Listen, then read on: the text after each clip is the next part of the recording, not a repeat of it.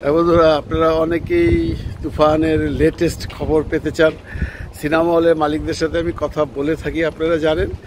আমি আজকে কথা বলবো বাংলাদেশের সবচাইতে বড় বুকিং এজেন্ট, মানে যার 13টি সিনেমা হল আছে, কামাল। ওর সবচেয়ে বড় বড় সিনেমা হলগুলো সিঙ্গেল স্ক্রিনে ওর। আপনারা জানেন, যেমনটি ধরেন সিলেট নন্দিতা, ময়মনসিং ছায়াবাণী, সাভারের সেনানিবাস, মানে অনেক বড় বড় সিনেমা হলের বুকিং এজেন্ট, এবং তাকেই ধরা হয় বাংলাদেশের এখন সবচেয়ে বড় বুকিং এজেন্ট, কারণ ওর হাতে সবচেয়ে বেশি সিনেমা হল। তো ওকে বেশ কদিন যাবৎ খুঁজছিলাম, বিভিন্ন ব্যস্ততার জন্য সময় দিতে পারেনি। আজকে ওর সাথে আবার কথা হবে। আজকে ওর কাছ থেকে জানবো যে আজকে 7 দিন পর যে সেই তুফানের সেলটা কেমন চলছে এবং ওরা কতটুকু আশাবাদী, কীরকম প্রফিট করবে, ইত্যাদি ইত্যাদি। কল দিচ্ছি বাংলাদেশের একজন বড় বুকিং এজেন্ট যার নাম কামাল, তাকে।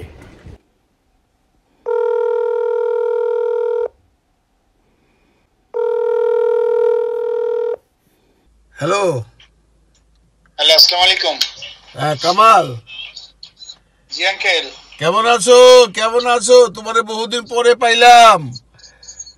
জি আঙ্কেল, তোমার ভালো আছি। আপনি কোথায় আছেন এখন? আমি তো এখন সুইডেনে। একটু জোরে বলো। আমি এখন সুইডেনে। ও, এখানে কি দিন এখন? হ্যাঁ, এখন দিন। আমার এখানে এখন বাজে রাত্র 9:45, কিন্তু দিন আমাদের এখানে অন্ধকার হবে রাত্র 12টার সময়। ও, রাত্র 15:30 বাজে তাও সূর্য আলো আছে। হ্যাঁ, কালকে তো গত পরশুদিন মিডসামার ছিল। মিডসামারের সময় তোমার সূর্য ডুবে না।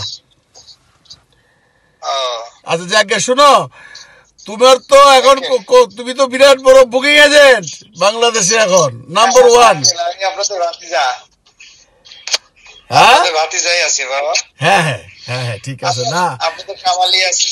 হ্যাঁ, শুনলাম তো লোকজনের কাছে শুনলে ভাল লাগে যে আমাদের ভাতিজা কামাল এখন বাংলাদেশের বড় বুকিং এজেন্ট। এটাই সবচেয়ে বড় খবর। তো এনিওয়ে, এখন ঘটনা হচ্ছে যে ছবি চালাইতেছো তো তুফান, না? জি আঙ্কেল। কতগুলা হলে চালাইতেছো তুমি? আমি 10টা হলে নিছি আঙ্কেল, আমার 10টা হলে নিছে। তোমার না 13টা হল শুনছিলাম আমি? 13টা না? 13টা, কিন্তু 3টায় পাইনি। 3টা অপোজিশন নিয়ে গেছে। আমি 10টা পাইছি, আর 3টা বেশি পয়সা দিয়ে, বেশি রেন্টাল দিয়ে অপোজিশন চলে গেছে। আচ্ছা, যে 10টায় চালাচ্ছ অবস্থা কি বলো? ভালো, খুবই ভালো। অন্য যে কোনো ছবির থেকে সেল বেশি এটার।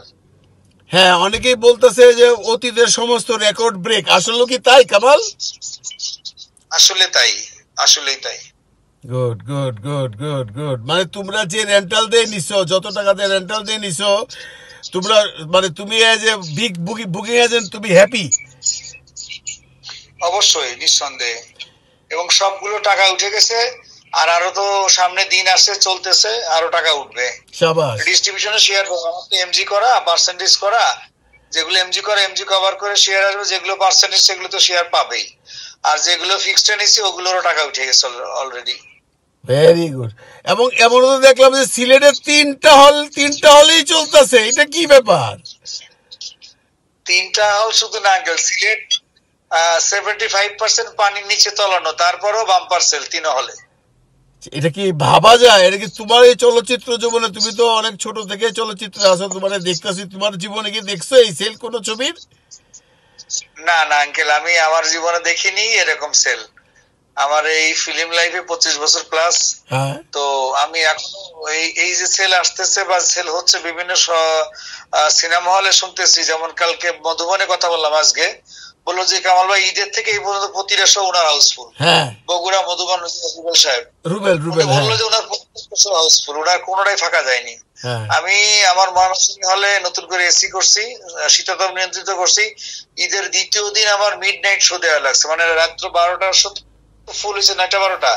এরপরে 12টার থেকে 3টা একটা শো দিয়েছিলাম দর্শকের অনুরোধে। এত বোঝাই যে আপনারা যান, কালকে দেখাবো। তাও আমার স্টাফ সব টায়ার্ড, আমি নিজেও ময়মনসিং এখন প্রেজেন্ট আছি। এরপরে দর্শকের বুঝাইতে পারি না। পরে মাস্টার সাহেবের পারমিশন নিয়ে, জাজের পারমিশন নেওয়া লাগে, ছবি পারমিশন নেওয়া লাগে, নিয়ে আবার মিড নাইট শো দিয়েছিলাম। হ্যাঁ হ্যাঁ, এটা শুনছি তো। ছায়াবাড়ি সিনেমা, আমার বাড়ি তো ময়মনসিং, তুমি জানো।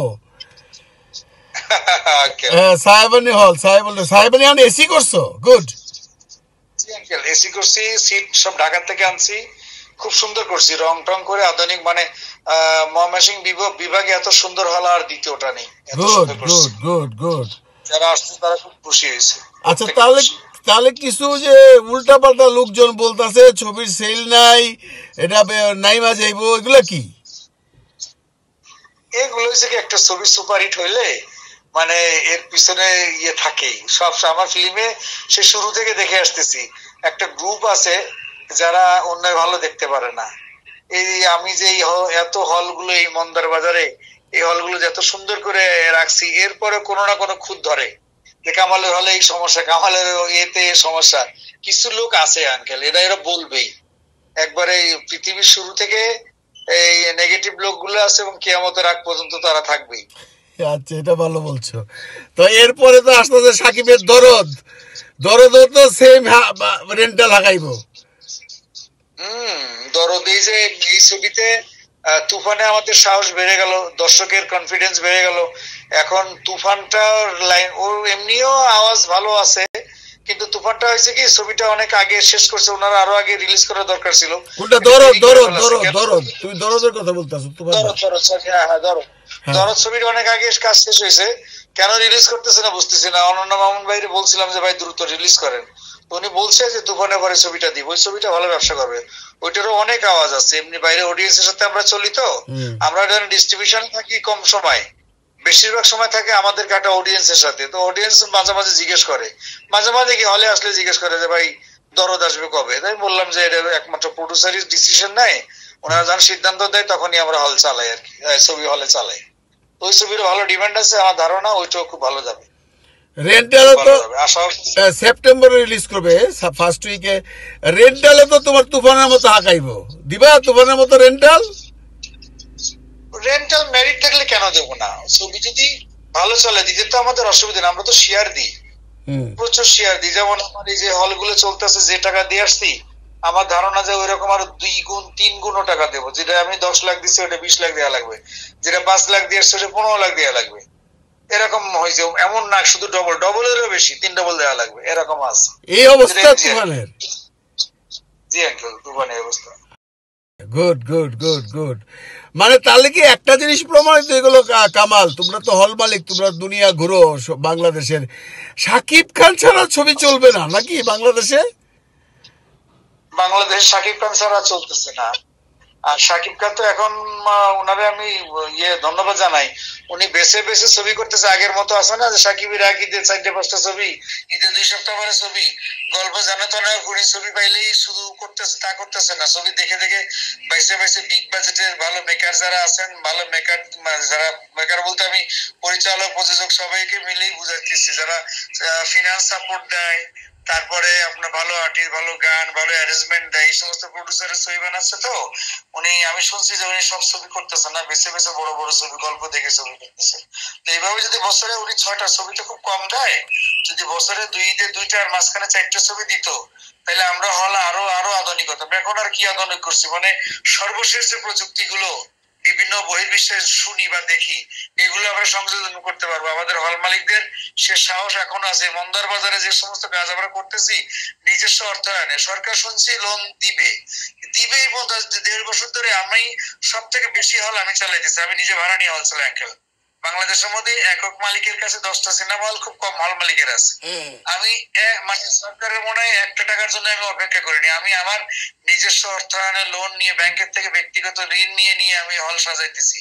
আর যদি এরকম ব্যবসা হয়, বছরে 6টা ছবি আসে, 2 মাসে একটা বড় ছবি আসলে আমরা পার পেয়ে যাবো। আমাদের ধরেন ইলেকট্রিসিটি বিল আছে, স্টাফ খরচ আছে, হল ভাড়া আছে, আরো খুব ম্যানেজমেন্ট খরচ আছে, মেনটেনেন্স খরচ আছে, সবকিছু মিলায় যদি ছবি না থাকে তখন আমরা বিপদে পড়ে যাই, বিপাকে পড়ে যাই। আর ছবি যদি থাকে তাহলে আমাদের আর কোনো টেনশন থাকে না। আমরা যাই নুন ভাত ডাল ভাত যাই খাই, যদি স্টাফদের নিয়ে ভালোভাবে থাকতে পারি, পরিবেশ হলে পরিবেশ মান সব ঠিক রাখতে পারি, তাইলে আর অসুবিধা নেই। এই জন্য সাকিব খানের আপনার মাধ্যমে আমি অনুরোধ করব যে অন্তত 2 ঈদে 2টে বাদেও যেন আরো 4টে ছবি উনি করে। 6টা ছবি যদি হয় বছরে, তাইলে আমাদের আর মনে হয় খুব একটা অসুবিধা হবে না। আচ্ছা, থ্যাংক ইউ কামাল। তো ছবি চালাও, যদি আবার আল্লাহর রহমতে ছবি যখন শেষের দিকে আবার 2-3 সপ্তাহ পরে আবার তোমার কল দেবো, আবার তোমার কাছ থেকে শুনবো। ভালো থেকো। হ্যাঁ আঙ্কেল, বাংলাদেশে আসলে আমার হলে আসবে, বিশেষ করে আপনার ময়মনসিংহ ছায়াবানি হলে এসে একটু আপনার পদধূলি দিয়ে যাবেন। আপনি ময়মনসিংহের ছেলে, আপনার এলাকায় এসে আপনি আপনার এলাকার হল দেখবেন কত সুন্দর সাজাইছি। অবশ্যই আসবো, তোমার ঢাকার থেকে নিয়ে যাবো, একসাথে যাবো।